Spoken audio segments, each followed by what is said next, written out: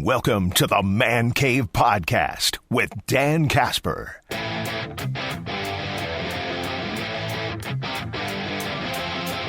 Before we get to today's game, but I C-Bomb with a quick take on today's game. I think there may be too much pressure put on them, but he's on Mizz, but he's young enough that he probably doesn't even realize it. It's not too often that you get guys throwing over 100 miles an hour that face each other.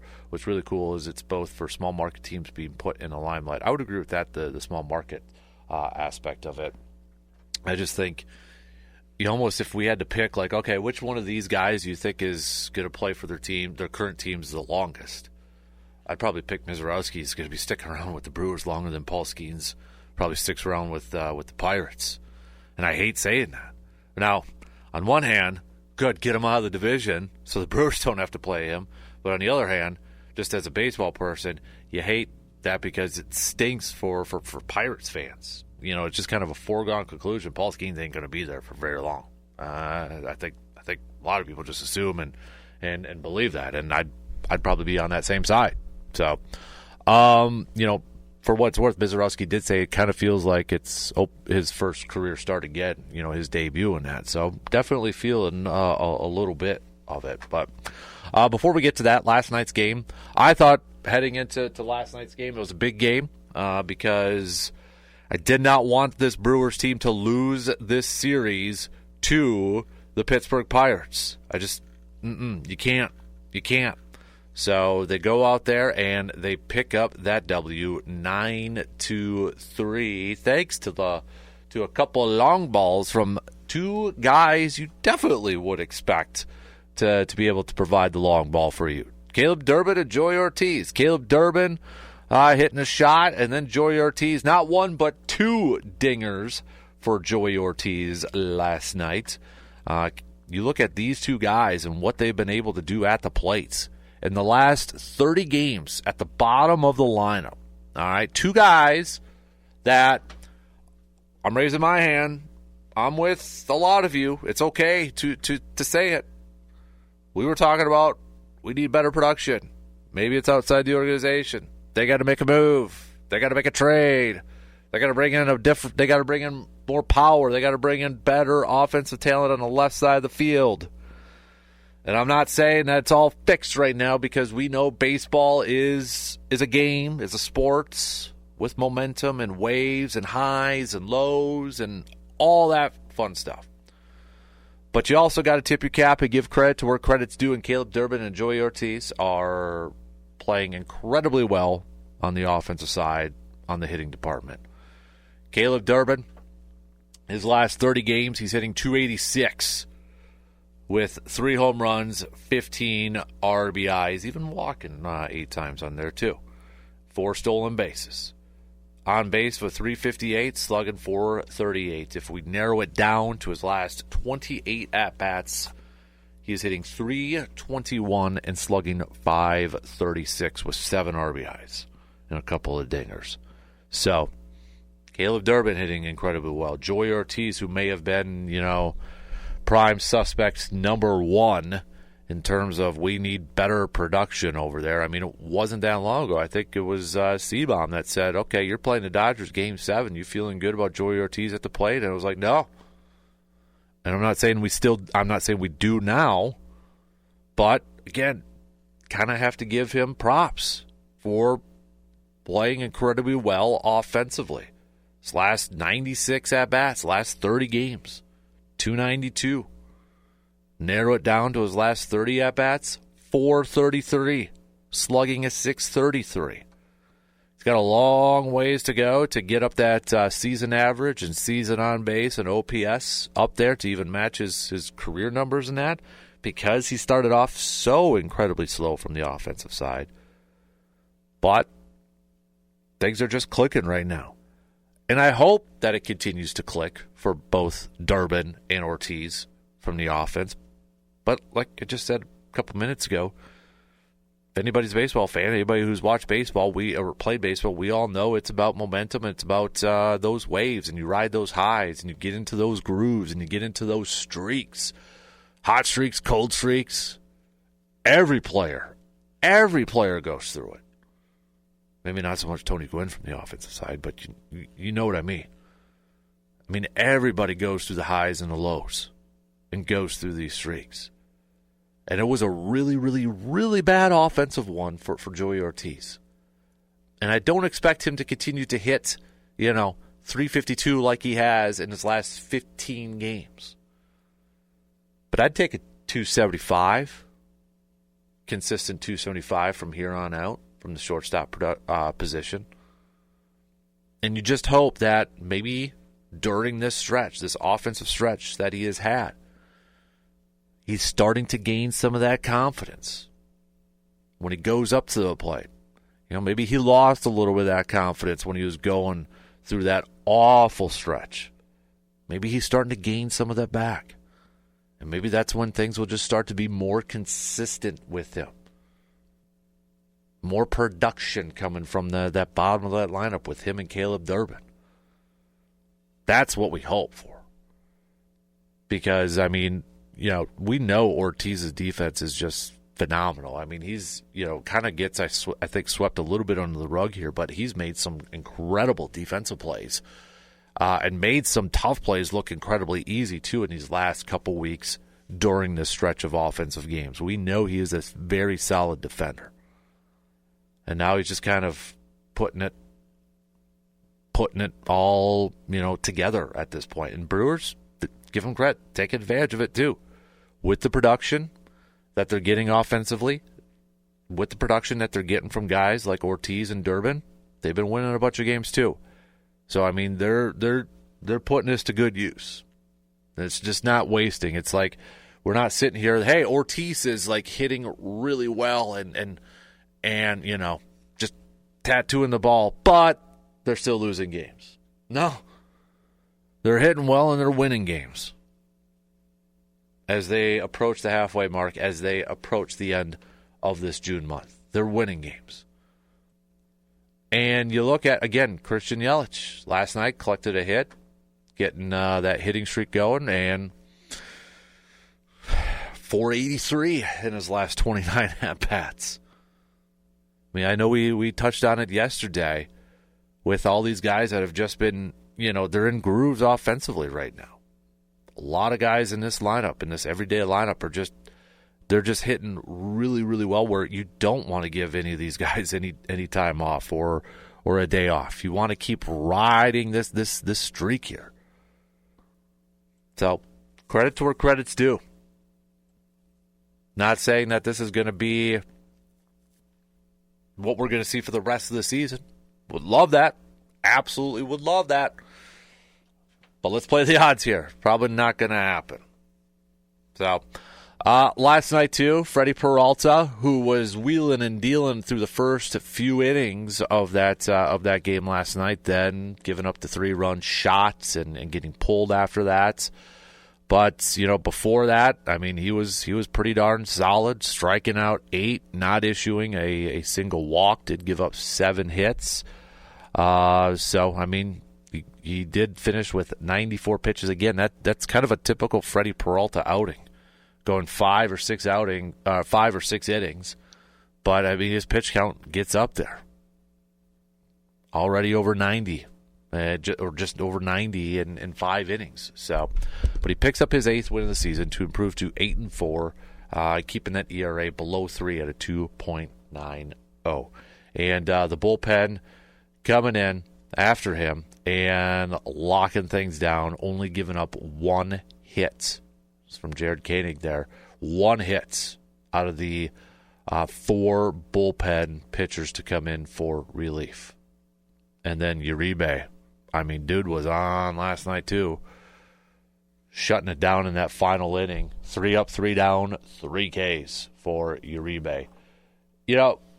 We've talked about Abner Uribe a couple times, but, you look at the season he has had so far. And, we talk about, bullpen has had its ups and downs. And, the starting pitching staff has definitely exceeded a ton of expectations considering the injuries to the starting rotation and such. And bullpen hasn't, been consistent or hasn't maybe been what what we've kind of been used to and such. But you look at Abner Uribe, and you look at what he has done so far this season. Is it a little, are we not giving him a lot of credit for the season that he has had so far for the Brewers? I mean, you look at the numbers, okay? Right now, Abner Uribe is leading the league in holds. That's where he's at right now. He's leading the league in that. He's appeared in 37 games, 2-1 with a 1.93 ERA. He does. There are stretches. I mean, there are some games. Let's not kid ourselves where sometimes he's just a little off, like a lot of pitchers, right? I mean, there's those issues there. But you look at this young kid, and what he has done so far as kind of the setup man for the Brewers, and right now leading the league with 20 holds. Another flamethrower, another guy who can touch those triple digits. Brewers have a couple of bullpen guys that could do that. McGill could do that too.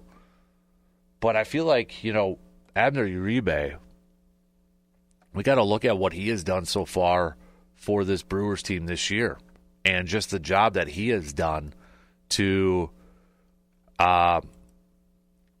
really kind of make that back end of that bullpen kind of a lockdown situation for the Brewers. But yeah, in his 37 games, he has struck out 48 batters so far. Leads the majors in holds. And he's got a sub-2 ERA. We talk about the All-Stars. Like, who deserves to be All-Stars? Who deserves to go to the All-Star game? And I think Freddie's probably going to be the guy. I think Sal, again, should get more talk and more attention for that. But if they elect to go with a bullpen guy, does Abner Uribe have a case to be made to go to the All-Star game? Does he have a legit case? I think you could make a case for him. I think you could. And I mean, June has technically been kind of his worst month if you go by ERA, 2.70. May, he had a 1.32. April was a 1.98, for crying out loud.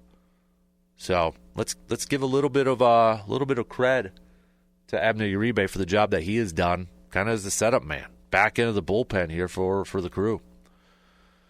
But with the Brewers winning yesterday's game, it now sets up for a potential series win for the Brewers and adds just a little bit more to this matchup that's got baseball's attention. Go to MLB.com. It looks like a boxing promo flyer up there. Skenes versus Mizz. Skenes has been around for a little over a year. We know a little bit more about him. He's already been an all-star starter, Rookie of the Year. Mizz making his third career starts. There are parallels to these guys. Flamethrowers, hard throwers. Heck, they almost went to LSU together, for crying out loud. So we get it. There's a lot. They can touch triple digits on the radar gun with their heaters. Okay? They've got so many similarities. A lot of similarities between the two. Look at this. This was from MLB.com. Fastest secondary pitches thrown by a starting pitcher this year. So minimum of 50.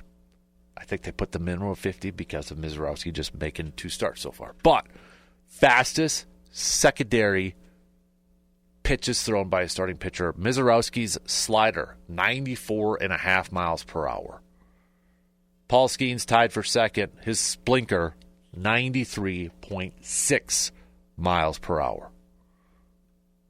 I mean, there's no question. These two dudes throw hard. They're power pitchers. They make hitters look silly at the plate. And because of their power, I think that also gets into the heads a little bit of the hitters up there. And the fact that Mizz can throw a couple different pitches instead of just straight gas and straight heat all the time.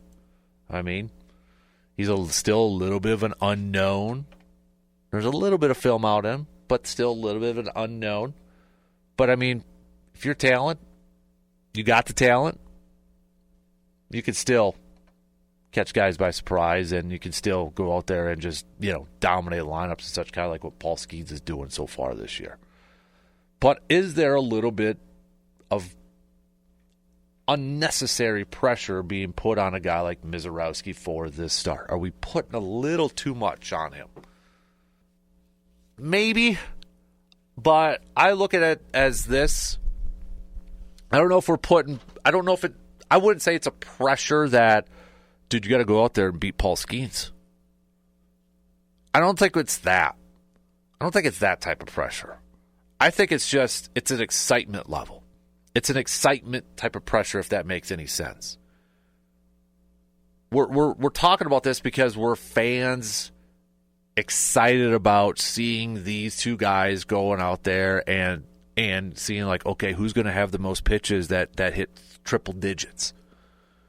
Who's going to be the pitcher that has the most strikeouts? Who's going to be the pitcher with the most swing and misses in today's game? We get excited with these type of pitchers who are power pitchers who just throw gas and can light up that radar gun. And now we got maybe two of the best in Major League Baseball right now in terms of just straight up power and gas. So I don't think we're putting pressure on Mizz in the sense of like, dude, you got to go out there and win this thing. And, it's Paul Skenes. You got to show him who's boss. You got to show him that you're better than him. I know it's just your third start, but you got to go out there and do it. I don't think we're doing that. At least I hope there's nobody doing that right now with Mizz. I just think it's hard not to be pumped up about this. It's hard not to be excited and intrigued about this matchup because who knows? Maybe this is something that we're going to see for a couple years because these are two division teams. And you got two young electric flamethrowers. Maybe this is something that we're going to see for hopefully a couple years. Brewers fans probably say, no, get Paul Skenes out of the division so we don't have to face him. Probably a lot of teams within that division saying the same thing. But let's say the Pirates do hold on to him for a couple years. We're going to see this. Very rarely do we kind of have these pitching matchups within the division where you got two straight up gas, hard-throwing guys. I mean, it almost kind of feels like this is taking it way up there, and I get it. But it almost feels like this is a top-tier quarterback matchup where the quarterbacks aren't playing against each other. It's the quarterback playing against that team's defense. But it's like, hey, it's Brady versus Manning part 10. It's Patrick Mahomes versus Justin Herbert. I don't know. I'm trying to think of another quarterback out there that we would throw in that conversation. Or Patrick Mahomes versus Joe Burrow. Even though it's like, well, Patrick Mahomes going up against the Bengals defense and Burrow's going up against the Chiefs. It's similar to this. It's Mizz versus Paul Skenes. But really, it's Mizz versus the Pirates lineup and Paul Skenes versus the Brewers lineup. But it's kind of got that feel. It's where we're focused on these two players, these two position groups. It's the quarterback versus the quarterback, and in this case, it's the starting pitcher versus the starting pitcher. It feels like to me like when we always talked about the Manning versus Brady matchups. We put so much excitement and limelight and attention on that when really, think about it, it's not these two guys aren't going head to head, right? Whereas in basketball, okay, you can have like Giannis versus LeBron, but we could actually see that. Even though it's a team game, we could see Giannis playing defense against LeBron and vice versa and going at it and such. So this matchup this afternoon gives me those feels of like, oh, this is like one of those quarterback games where we're talking about, where we're saying it's quarterback versus quarterback, but really it's not. It's the same thing. That's the type of excitement, intrigue level, pressure, if you want to use that word, that I get from this game. It's exciting. I mean, Hudson and I mean, we're planning our day around this so we can take this game in, because it's hard not to get pumped up about it.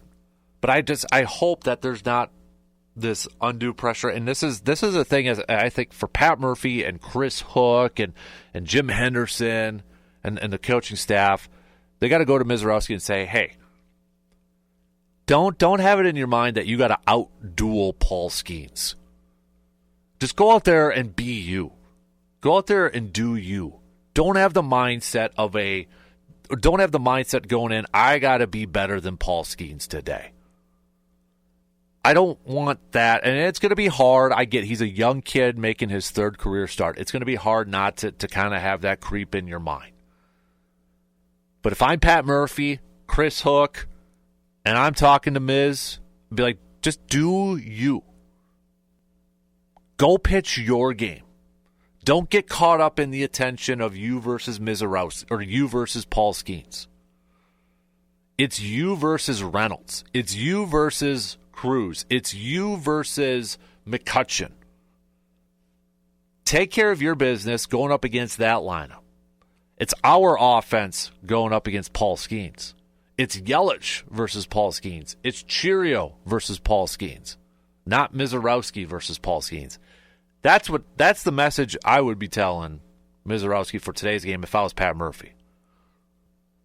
Don't make it about you versus Paul. Make it you about that Pittsburgh lineup. And just do what you're doing. Put our team in a position that we can win this game. And hopefully our offense can give you some run support. Runs are, sure seems like on paper they're going to be at a premium today. It might just take one mistake to make the difference in today's game. It might just be one pitch that makes the difference in today's game. Which offense will take advantage of that? Which offense can expose that mistake? Or is it an error in the field? I mean, if I'm the defense, if I'm playing in the field, you got to play perfect baseball.